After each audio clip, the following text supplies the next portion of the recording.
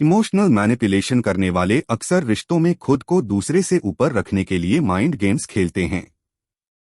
उनका अंतिम लक्ष्य दूसरे व्यक्ति को अपने नियंत्रण में करना होता है, जबकि एक स्वस्थ और हेल्दी रिलेशनशिप विश्वास, समझ और आपसी सम्मान पर आधारित होती है। यह बात प्रोफेशनल और पर्सनल दोनों रिलेशनशिप्स पर लागू होती है। इमोशनल मैनिपुलेशन के लक्षण बहुत सटल यानी सूक्ष्म होते हैं। अक्सर ऐसे वाइड एंगल से उन्हें पहचानना मुश्किल होता है, खासकर तब जब ऐसा कुछ आपके साथ हो रहा हो। लेकिन इसका मतलब यह नहीं है कि यह आपकी गलती है। नहीं, बिल्कुल नहीं। एक रिश्ते में रहकर कोई भी मैनिपुलेट नहीं होना चाहता। यह तो प्यार और विश्वास ही है जो एक व्यक्ति किसी दूसरे से मैनिपुलेट हो जाता है और उसे पता तक नहीं चलता। मैनिपुलेशन बिहेवियर या अपने साथ हो रहे मैनिपुलेशन को पहचानना और उसे रोकना सीखा जा सकता है। साथ ही अपनी सेल्फ रिस्पेक्ट और सैनिटी की रक्षा करना भी सीखा जा सकता है। समझते हैं कैसे? चाहे वे अपने घर में हो या कहीं और उनका जोर उनके खुद के कंफर्ट पर रहता है। और अगर ऐसा है तो इसे मैनिपुलेशन की कैटेगरी में होना चाहिए। उदाहरण के लिए, यदि आपका मिलने का प्रोग्राम है तो उनका जवाब हो सकता है, तुम्हें नहीं पता वो जगह मेरे घर से कितनी दूर है।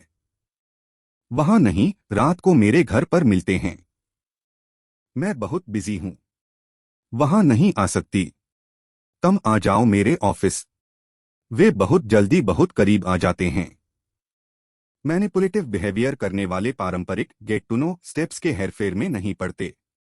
वे आपसे अपने गहरे राज और वीकनेस शेयर करते हैं, लेकिन वे वास्तव में जो कुछ भी कर रहे हैं वो आपको बस स्पेशल फील कराने के लिए, वो भी जानबूझकर, ताकि आप उनके ऊपर जरूरत से पहले और किसी और से ज्यादा विश्वास करने लगें और उनके साथ अपने सीक्रेट शेयर करें।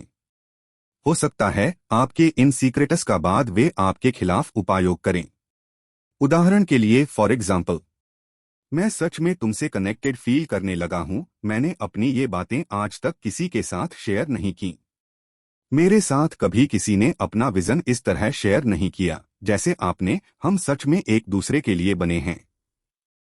वे आपको पहले बोलने देते हैं। वैसे तो यह तरीका प्रोफेशनल रिश्तों में पॉपुलर है, लेकिन पर्सन यूज भी होता है इन आइडियाज का। जब किसी को किसी पर कंट्रोल करना होता है तो वो अपनी बातों को सामने रखने से पहले आपका माइंड सेट जान लेना चाहेंगे, ताकि वे उसी हिसाब से अपनी बातों को रखें और आपके आंसर्स का यूज करके वो अपने हिसाब से आपक डिसीजन को अपने हिसाब से बदल देंगे या देते हैं। उदाहरण के लिए, फॉर एग्जाम्पल, अच्छा तो ये बात है, लेकिन मैंने तो उसके बारे में ऐसी बातें कभी नहीं सुनी। हाँ ठीक है, जाओ। पर अगर फिर से कुछ गड़बड़ होगी तो मेरे पास रोती मत आना। वे तथ्यों को तोड़ मरोड़ कर पेश करते हैं। भावनात्मक जोड़तोड़ करने वाले आपको भ्रमित करने के लिए झूठ के ताने बाने या गलत बयानों के साथ वास्तविकता को बदलने में उस्ताद हायते हैं। वे खुद को अधिक असुरक्षित दिखाने के लिए घटनाओं को बढ़ा डॉट चढ़ाकर पेश कर सकते हैं। वे आपकी सहानुभूति हासिल करने के लिए संघर्ष में अपनी भूमिका को भी कम आंक सकते हैं। उदाहरण के लिए, फॉर एग्जाम्पल, मैंने उसकी हेल्प तुम्हारे लिए मांगी थी, लेकिन देखो उसे तुम्हारा भी लिहाज नहीं। मैं सारी रात रोता रहा, एक पल के लिए भी नहीं सो पाया। वे इंटेलेक्चुअल बुलिंग करते हैं। यदि कोई प्रश्न पूछने पर वह आपको आंकड़ों, शब्दजाल या तथ्यों में उलझाने की कोशिश करता है तो आप एक प्रकार के भावनात्मक हेरफेर, इमोशनल मैनिपुलेशन का अनुभव कर सकते हैं। कुछ मैनिपुलेटर्स अक्सर खुद के हिसाब से चीजों को करने की कोशिश में सामने वाले पर अपना ज्ञान थोपने की कोशिश में रहते हैं। वैसे इस तरह का रवैया अक्सर प्रोफेशन लोगों का होता है। उदाहरण के लिए, फॉर एग्जाम्पल, मैं समझ सकता हूं आप इसे पहली बार कर रही हैं तो आपको नहीं आता होगा। ओह सॉरी, मैंने ध्यान नहीं दिया। ये तो आपके लिए ज्यादा नंबर हो गए। कोई बात नहीं, मैं दोबारा से धीरे धीरे बता दूंगा। वे आपकी आवाज को दबाने की कोशिश करते हैं। जैसे ही आप उनसे कोई प्रश्न पूछते हैं या कोई सुझाव देते हैं ये तो इमोशनली मैनिपुलेट करने वाला संभवतः आक्रामक तरीके से जवाब देगा या आपको एक तर्क में खींचने की कोशिश करेगा। यह तरकीब उन्हें आपकी पसंद को कंट्रोल करने और आपके निर्णयों को प्रभावित करने की अनुमति देती है। वे पहली बार में अपनी चिंताओं को व्यक्त करने के लिए आपको दोषी महसूस कराने के लिए स्थिति का उपयोग भी कर सकते हैं। उदाहरण के लिए फॉर एग्जाम्पल, मुझे समझ नहीं आता तुम मुझ पर भरोसा क्यों नहीं करती। अपनी दिक्कतों को हमेशा आपसे ऊपर रखेंगे। यदि आपका दिन खराब गया है तो भावनात्मक जोड़तोड़ करने वाला व्यक्ति तुरंत सिचुएशन को अपनी ओर मोड़ने की जुगत भिड़ाने में लग जाएगा। उनका लक्ष्य बस इतना होगा कि आपका सारा फोकस उन पर हो, अपनी समस्याओं पर नहीं। उदाहरण के लिए फॉर एग्जाम्पल, तुम्हें लगता है यह खराब है। शुक्र करो वो पूरा दिन बकबक करता जो मुझे झेलना पड़ता है। भगवान का शुक्रिया करो कि तुम्हारा एक भाई है। अकेले होने का गम क्या होता है, मुझसे पूछो। वे शहीद की तरह काम करते हैं। कोई व्यक्ति जो लोगों की भावनाओं में हेरफेर करता है वह किसी चीज में मदद करने के लिए उत्सुकता से सहमत हो सकता है, लेकिन फिर मुड़कर अपने पैर खींच सकता है या अपने समझौते से बचने के तरीकों की तलाश कर सकता है। वे ऐसा कार्य कर सकते हैं जैसे कि यह एक बहुत बड़ा बोझ बन गया है और वे इससे बाहर निकलने के लिए आपकी भावनाओं का फायदा उठाने की कोशिश करेंगे। उदाहरण के लिए फॉर एग्जाम्पल, मुझे पता है तुम्हें मुझसे क्या उम्मीदें हैं, पर प्लीज, मैं पहले ही काफी कर चुकी हूं।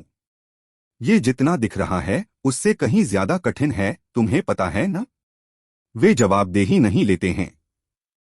भावनात्मक जोड़तोड़ करने वाले कभी भी अपनी गलतियों के लिए जिम्मेदारी स्वीकार नहीं करेंगे। हालांकि वे आपको हर चीज के लिए दोषी महसूस कराने का तरीका खोजने की कोशिश करेंगे। उदाहरण के लिए फॉर एग्जाम्पल, मैंने ऐसा केवल इसीलिए किया क्योंकि मैं तुमसे बहुत प्यार करता हूं। अगर तुम अपनी सहेलियों के साथ टाइम बर्बाद नहीं करती तो यह काम समय से खत्म कर सकती थीं। सैडिस्ट। India times. मैनिपुलेटिव व्यक्ति आपको खुश देखकर इस कोशिश में रहेगा कि या तो आपको स्पॉटलाइट से दूर कर दे या कुछ ऐसा कर दे कि आपका सारा फोकस उस पर आ जाए। उदाहरण के लिए फॉर एग्जाम्पल, तुम्हें प्रमोशन तो मिला है लेकिन इसकी वजह तुम्हारी काबिलियत नहीं है। हमेशा आपकी आलोचना करते मिलेंगे। भावनात्मक जोड़ तोड़ करने वाले आपको सीधे तौर पर खारिज कर सकते हैं या नीचा दिखा सकते हैं। उनकी टिप्पणियां आपके आत्मसम्मान को ठेस पहुंचाने वाली हो सकती हैं। आपके अच्छे से अच्छे काम में कमी निकालकर दरअसल वे अपनी इनसिक्योरिटीज को छिपा रहे होते हैं। उदाहरण के लिए फॉर एग्जाम्पल, तुम्हें नहीं लगता क्लाइंट मीटिंग के लिए यह ड्रेस कुछ ज्यादा ही रिवीलिंग है। मुझे तो यह नंबर बढ़वाने का तरीका ज्यादा लगता है। पूरा दिन खाने के अलावा दूसरा काम है तुम्हारे पास। आपकी कमजोरियों का आपके खिलाफ यूज करना। एक बार आपकी कोई कमजोरी ऐसे लोगों की पकड़ में आई नहीं कि बात बेबात लगेंगे आपका फायदा उठाने, उन्हीं चीजों का इस्तेमाल कर आपको नीचा दिखाने। उदाहरण के लिए फॉर एग्जाम्पल, तुम ही कहती थी न कि तुम नहीं चाहती कि तुम्हारे बच्चे एक खराब माहौल में बड़े हों। अब देख लो क्या कर रही हो। आउटलुक। किसको यह हक नहीं कि वह दूसरे व्यक्ति के साथ इस तरह का व्यवहार करें। इमोशनल मैनिपुलेशन शरीर पर निशान भले नहीं छोड़ता, लेकिन इसके पड़ने वाले प्रभाव फिजिकल से कहीं ज्यादा होते हैं। लेकिन इमोशनल मैनिपुलेशन के प्रभावों से आप ठीक भी हो सकते हैं और आप टूटने या ब्रोक होने के बाद भी ग्रो कर सकते हैं। एक चिकित्सक या परामर्शदाता इमोशनल मैनिपुलेशन के खतरनाक पैटर्न को पहचानने में आपकी सहायता कर सकता है और उम्मीद है कि इसे रोक भी दें। हम उम्मीद करते हैं कि ये जानकारी आपके काम आएगी। अगर आपको ये वीडियो पसंद आई हो तो अपने सभी दोस्तों को ये वीडियो शेयर जरूर करें और हमारे चैनल को सब्सक्राइब करना ना भूलें।